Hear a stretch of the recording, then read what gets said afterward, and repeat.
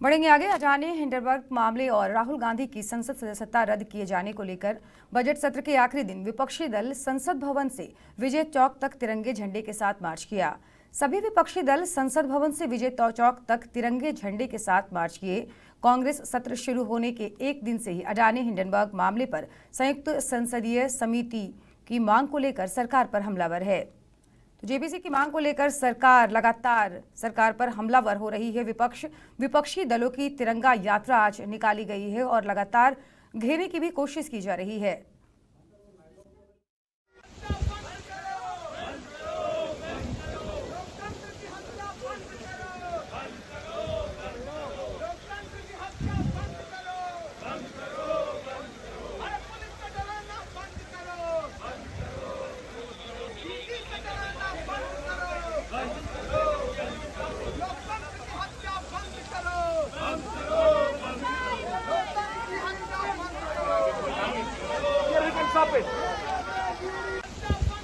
तिरंगे झंडे के साथ मार्च किए। कांग्रेस सत्र शुरू होने के एक दिन से ही अडानी हिंडनबर्ग मामले पर संयुक्त संसदीय समिति की मांग को लेकर सरकार पर हमलावर हैं।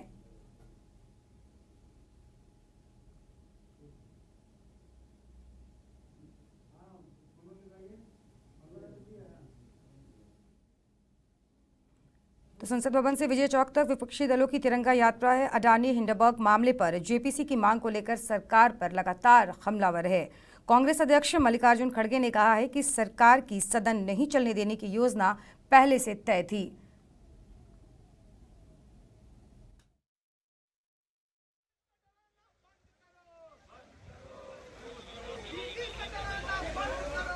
संसद भवन से विजय चौक तक विपक्षी दलों की तिरंगा यात्रा निकाली गई है। अडानी हिंडनबर्ग मामले पर जेपीसी की मांग को लेकर सरकार पर लगातार हमलावर है। सहयोगी श्रुति झा इस वक्त हमारे साथ दिल्ली से फोन लाइन पर जुड़ चुके हैं। श्रुति, संसद भवन से विजय चौक तक विपक्षी दलों की तिरंगा यात्रा निकाली गई और कई तरह के आरोप भी लगाए जा रहे हैं। आखिरकार पूरा मामला क्या है? जी, आज बजट सत्र का अंतिम दिन था। ऐसे में पहले से ही पूरे जो रणनीति को तैयार कर ली गई थी। तिरंगा यात्रा निकाला गया गांधी मूर्ति से विजय चौक तक और लगातार केंद्र के खिलाफ नारे लगे। उसमें सभी विपक्षी पार्टी जो है 16 से 17 पार्टियां वो मौजूद थी। कांग्रेस से सभी राज्यसभा सांसद और लोकसभा सांसद मौजूद थे। आपको बता दें कि जब से ये बजट सत्र शुरू हुआ तब से हिंडनबर्ग की रिपोर्ट को लेकर जेपीसी की गठन की मांग चल रही थी।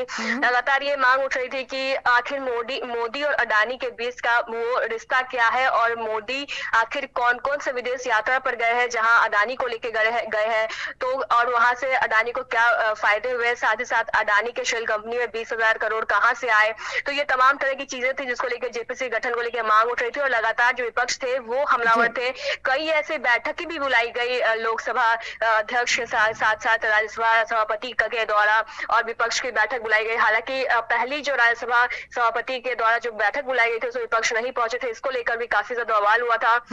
केंद्र का कहना था कि जो विपक्ष है वो सभापति का जो है वो अपमान कर रहे हैं, नहीं आकर। इसके बाद तमाम विपक्ष भी पहुंचे थे बाद वाली मीटिंग में। हालांकि उसके बाद भी कुछ निष्कर्ष निकलकर सामने नहीं आ पाया था और आज फिर से जब सदन की कार्रवाई शुरू हुई तो एक बार फिर से विपक्षी पार्टियां थी जेपीसी गठन को लेकर आवाज बुलंद कर दी। आपको बता दें कि राहुल गांधी की लोकसभा सदस्यता जो गई है तो उनका ये कहना है, विपक्षी पार्टी का और कांग्रेस पार्टी का कहना है कि राहुल गांधी ने वो पहले शख्स थे जो संसद के भीतर जेपीसी गठन को लेकर और संसद के भीतर मोदी अडानी के रिश्ते को लेकर और हिंडनबर्ग की रिपोर्ट को लेकर सवाल किए थे, भाषण दिए थे। जिसके बाद इसी सब कारण जो केंद्र है वो साजिश के तहत जो है वो राहुल गांधी की लोकसभा सदस्यता रद्द कर दी। ऐसे में उन्होंने साफ इल्जाम लगाया था कि पहले डिस्ट्रैक्शन फिर डिस्क्वालिफिकेशन जो पूरी साजिश है ये राहुल गांधी के साथ रची गई। इसके बाद विपक्ष लगातार कह रहे थे कि राहुल गांधी को उन्होंने भले ही जो सदन से निकाल दिया हो, संसद से निकाल दिया हो, लेकिन अब ये तमाम विपक्षी पार्टी जो है वो राहुल गांधी की आवाज बनेंगे। और ऐसा ही को लेकर के ये तिरंगा यात्रा भी निकाली गई है। बहुत बहुत शुक्रिया श्रुति हमारे साथ जुड़ने के लिए और तमाम जानकारी देने के लिए।